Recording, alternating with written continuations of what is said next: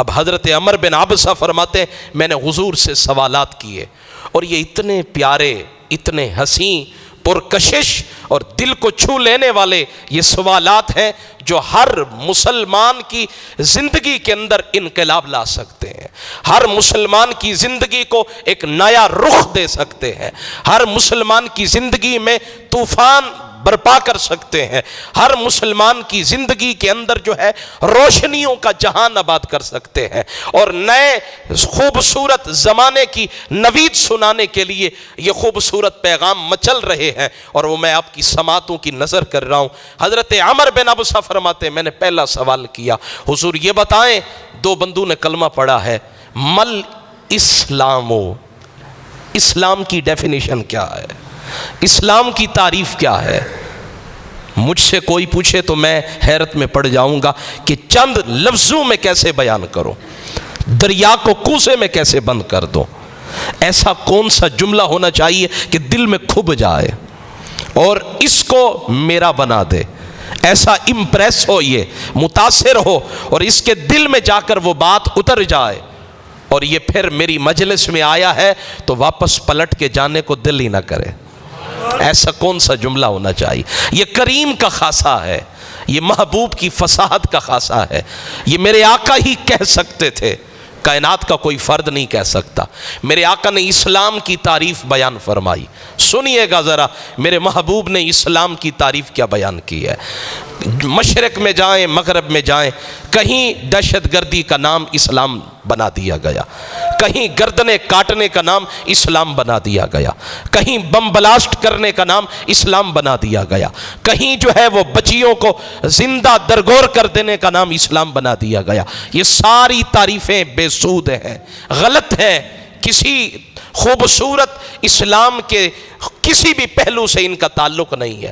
تعریف وہ ہے جو محبوب کے میٹھے میٹھے لبوں سے نکلی ہے، محبوب کے سونے سونے دل نشین دل آویز لہجے سے نکلی ہے۔ اور محبوب نے کیا ارشاد فرمایا؟ فرمایا آؤ عمر بن عبسہ میں تمہیں بتاؤں اسلام کہتے کسے ہیں؟ فرمایا اسلام دو چیزوں کا نام ہے، دو چیزوں کا نام ہے۔ پہلی چیز طیب الکلام، تمہارے لہجے سے خوشبو آنی چاہیے، تمہاری گفتگو میں گداز ہونا چاہیے، تمہارے لفظ میں نشہ عشق ہونا چاہیے، تمہارے ہر لفظ میں کشش ہونی چاہیے، جو سنے پھر سنتا ہی رہ جائے۔ اور یہ واقعی محبوب کے لہجے میں اللہ نے یہ رنگ رکھا تھا، یہ جمال حضور کے لفظوں میں، حضور کی گفتگو میں اللہ نے رکھا تھا۔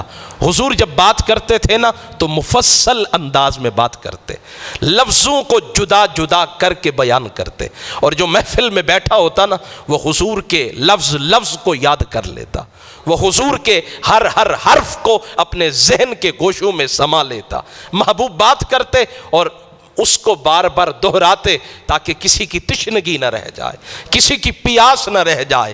یہاں خطیب بیان کرتا ہے تو جمعہ کے بعد لوگ پوچھنے والے ہوتے ہیں بتاؤ حضرت فلاں بات کیسے کی ہے، لیکن محبوب جب بات کرتے تھے تو پھر لوگوں کا اتنا عشق ہوتا، جمال ہوتا، وہ بس سنتے رہ جاتے، کہتے محبوب بات کرتے رہیں اور ہم سنتے رہے۔ اذا تکلم رؤی کالنور یخرج من بین ثنایا، فرما حضور جب بات کرتے تو سامنے والے حضور کے یہ خوبصورت موتیوں جیسے دانتوں مبارک سے نور کی کرنیں نکلتی، اور فرمایا نور کی کرنیں نکلتی اور سامنے کی دیوار پہ اس کا عکس پڑتا تو دیوار بھی روشنی میں نہا جاتی۔ حضور جب بات کرتے تو فرمایا اسلام کیا ہے؟ طیب الکلام، تمہارے لہجے میں کرختگی نہیں ہونی چاہیے، تمہاری گفتگو میں سختی نہیں ہونی چاہیے، تمہاری گفتگو اتنی میٹھی، نرم، دل آویز اور دل میں اتر جانے والی ہونی چاہیے کہ جو تمہاری مجلس میں بیٹھے پھر وہ بندہ آرزو کرے کہ پھر بھی موقع ملے، مجھے پھر بھی موقع ملے، مجھے پھر بھی موقع ملے، میں محبوب کی باتیں سنتا رہوں، میں محبوب کے میٹھے لہجے کو سنتا رہوں۔ یوں لگتا ہے جیسے کانوں میں کسی نے رس گھول دیا ہو، جیسے کسی نے جو ہے شہد انڈیل دیا ہو، یوں لگتا ہے۔ تو فرمایا اسلام کی تعریف کیا ہے؟ اسلام باقی بھی کافی ساری چیزیں ہیں، لیکن جسے میرے آقا نے اسلام قرار دیا وہ ہے میٹھے لہجے میں بات کرنا۔ اور جب کوئی میٹھے لہجے میں بات کرتا ہے تو نفرتیں خود بخود سمٹنا شروع ہو جاتی ہیں، اور جب کوئی میٹھے لہجے میں بات کرتا ہے تو کتنے زخموں کا مداوا بن جاتی ہے آپ کی گفتگو۔ جب آپ میٹھے لہجے میں بات کرتے ہیں کتنے آنسو خود بخود جو ہے وہ پونچھ لیے جاتے ہیں۔ جب آپ میٹھے لہجے میں بات کرتے ہیں تو لوگوں کے دل آپ کی طرف مائل ہوتے ہیں، راغب ہوتے ہیں، وہ آپ سے ملنا چاہتے ہیں، وہ آپ سے بات کرنا چاہتے ہیں۔ یہ بزرگان دین کیا تھے؟ ان کو اللہ تعالیٰ نے ایسی کشش کیا عطا فرمائی کہ لوگ کھچے کھچے چلے جاتے، جیسے مقناطیس کسی کو اپنی طرف کھینچتا ہے، تو ان کے لہجوں میں مصطفیٰ کے لہجے کا اثر ہوتا تھا، ان کے لہجوں کے اندر مصطفیٰ کے لہجے کا رنگ ہوتا تھا، اور جب یہ بات کرتے تھے تو لوگوں کے دلوں کو موہ لیا کرتے تھے۔ تو فرمایا اسلام کی تعریف یہ ہے، طیب الکلام، تمہاری گفتگو سے خوشبو نکلنی چاہیے۔ یہ نہیں ہے کہ بابا جی جو ہے 70 سال کے ہو گئے لیکن لہجے کی کڑواہٹ نہیں گئی، تلخی نہیں گئی، گفتگو کے اندر غصہ نہیں گیا۔ محبوب کا یہ اسلام نہیں ہے۔ اسلام کیا ہے؟ طیب الکلام، میٹھے لہجے میں بات کرنا۔ اور فرمایا پھر دوسری چیز وَإِطْعَامُ الطَّعَامِ، دونوں چیزوں کا تعلق حقوق العباد کے ساتھ ہے۔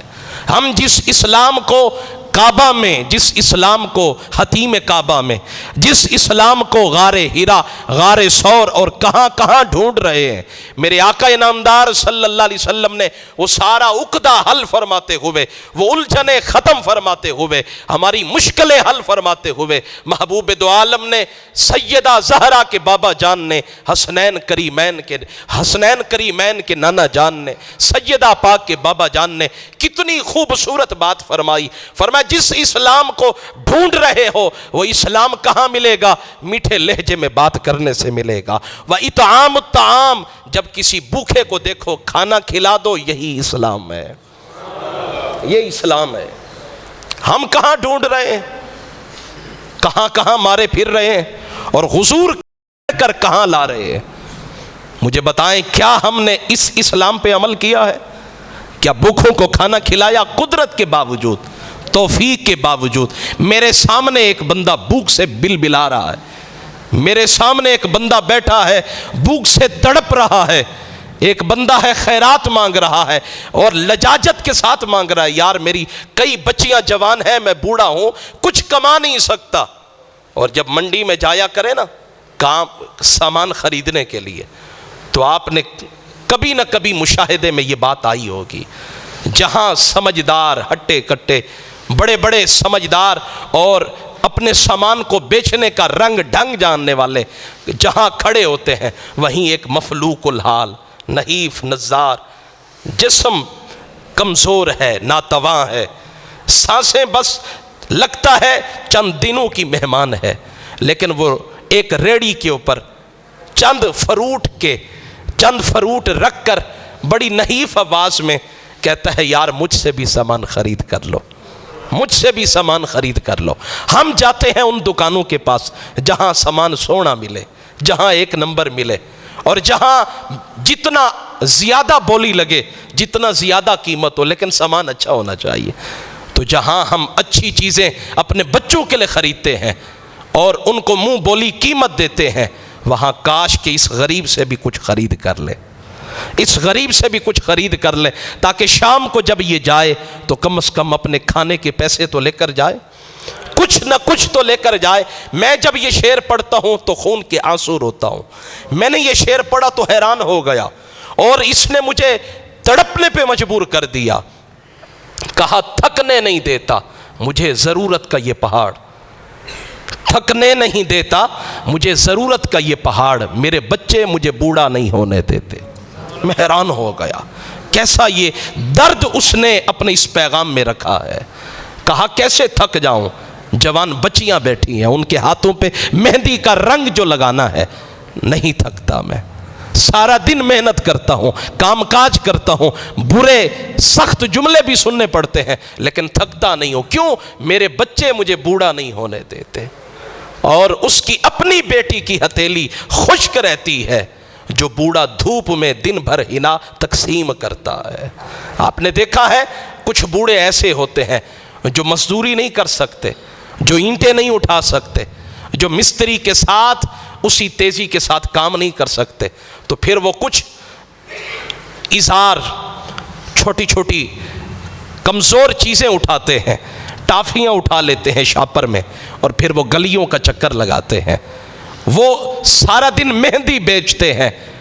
تو کہنے والے نے کہا وہ بوڑھا جو سارا دن مہندی کو بیچتا ہے، اس کی اپنی بیٹی کا ہاتھ مہندی کے رنگ سے محروم رہتا ہے۔ میرے آقا نے فرمایا طیب الکلامی و اطعام الطعام، آؤ اسلام کی تعریف میں تمہیں بتاؤں، کسی بھوکے کو کھانا کھلا دینا، اور جب اس نے سیر ہو کر کھانا کھا لیا اور اس نے تشکر کے جملے بولے اور اللہ کی بارگاہ میں عرض کی، یا اللہ اس نے مجھے کھانا کھلایا ہے، تو اسے جنت کی نعمتیں کھلا دے۔